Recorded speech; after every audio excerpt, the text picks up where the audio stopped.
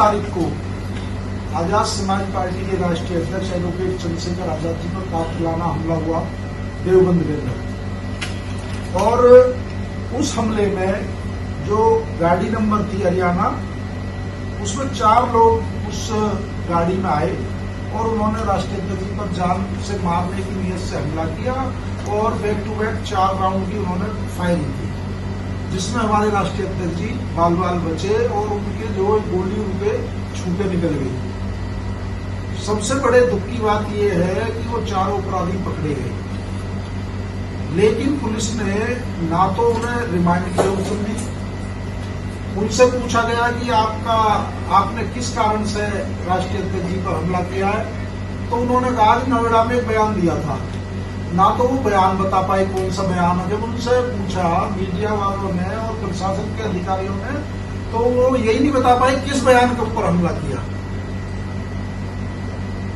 हत्या जैसी साजिश रचना या उसका प्रयास करना, उसमें ये ना बताने ना हम क्यों हत्या करना चाहते हैं, तो ये बड़े सोचने का विषय है।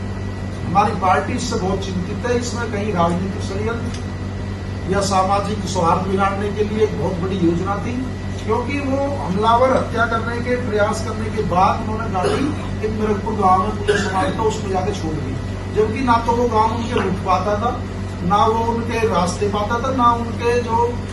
जिस जाति के हमलावर थे उनका कोई अपना उधर गांव था। तो उसमें षड्यंत्र होता है कि राष्ट्रीय अध्यक्ष जी की हत्या कर दी जाए, इसका आरोप किस विशेष समाज के लोगों पे लगा दिया जाए, क्योंकि एक पूरे पश्चिम उत्तर प्रदेश नहीं पूरे देश में एक बहुजन गठजोड़, एक दलित, मुस्लिम, SC, ST और गुर्जर समाज का विशेष जो एक भाईचारा बनने को जो दिख रहा है, उसको देख के हमला हुआ है। लेकिन प्रशासन से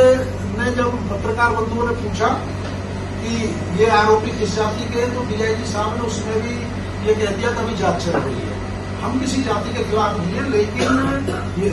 यदि कोई और जाति होती, मारने वाले यदि मुस्लिम होते या गुर्जर होते, तो वो पूरे मीडिया में जाति को प्रचारित किया जाता। तो जबकि हमलावर की या किसी अपराधी की कोई जाति नहीं होती, जो हमलावर होता अपराधी होता है वो अपराधी होता है, वो उसकी मानसिकता होती है। तो हम ये चाहते हैं कि उसकी निष्पक्ष जांच हो, क्योंकि बहुत सारे बिंदु ऐसे हैं उसमें कट्टे से फायरिंग दिखाई गई, जबकि हमारे राष्ट्रपति जी ने खुद अपनी आंखों से पिस्टल से फायर होते देखा है, और जिस स्पीड से बैक टू बैक फायर हुए हैं वो कट्टे से नहीं हो सकते। हो सकता है उनके पास कट्टा भी हो, 315 भी हो, लेकिन पिस्टल और अभी तक जो गोलियां हैं वो जांच के लिए गई हुई है बैलिस्टिक रिपोर्ट के लिए, और बैलिस्टिक रिपोर्ट से पहले ये घोषित कर देना कि हमला कट्टों से हुआ है, तो ये कहीं ना कहीं अपराधियों को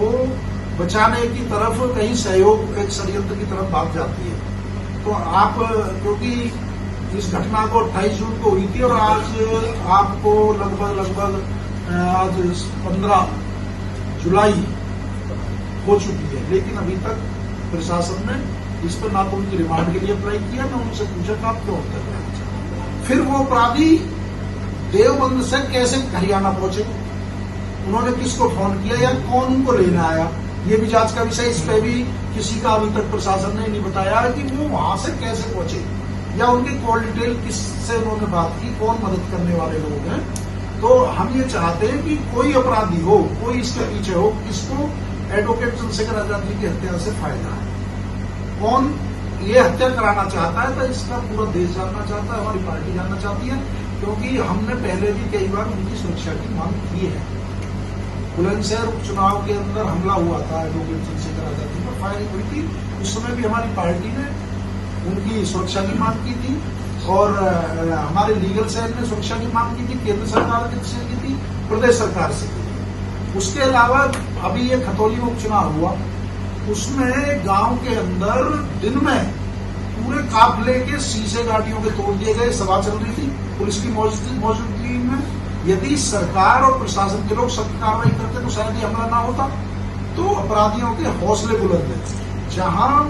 इतनी बड़ी पार्टी के अध्यक्ष या जनप्रतिनिधि सुरक्षित नहीं है, तो आम नागरिक का क्या होगा।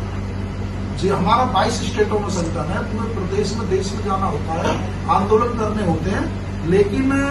हम बार बार सुरक्षा की गुहार मांग रहे। एक तरफ हम किसी के खिलाफ नहीं, किसी को सुरक्षा मत दो, लेकिन सवाल जरूर उठते हैं। कंगना रावत जी को वाइस रेंज सुरक्षा मिल जाती है, बाबा धीरेन्द्र शास्त्री जी को वाइस रेंज सुरक्षा मिल जाती है, और कई ऐसे उद्योगपति हैं जिनको वाई श्रेणी और जेड श्रेणी सुरक्षा मिली हुई है, और जो हमारे देश के एक इतने बड़े मूवमेंट की आवाज है, गरीब, दलित, शोषित, वंचित, किसान, मजदूर और बहनों की जो लड़ाई लड़ रहे हैं, उनको वह सुरक्षा ना देना। आज 16-17 दिन बीत चुके, प्रदेश के मुख्यमंत्री का कोई घटना पर ट्वीट भी नहीं आया, वो जरूरी भी नहीं समझते, क्योंकि ये हर नागरिक की जिम्मेदारी, सुरक्षा की जिम्मेदारी प्रदेश सरकार की है, केंद्र सरकार की है। तो हम अब 21 जुलाई को जंतर मंतर पे एडवोकेट चंद्रशेखर आजादी की सुरक्षा की मांग को लेकर, जो अपराधियों के नार्को टैक्स की मांग को लेकर, और जो सीबीआई जांच हम चाहते हैं, और 21 जुलाई को तक का हमने प्रशासन को, सरकार को, केंद्र सरकार को, प्रदेश सरकार को समय दिया, नहीं तो हम वहां पर बड़ा आंदोलन करके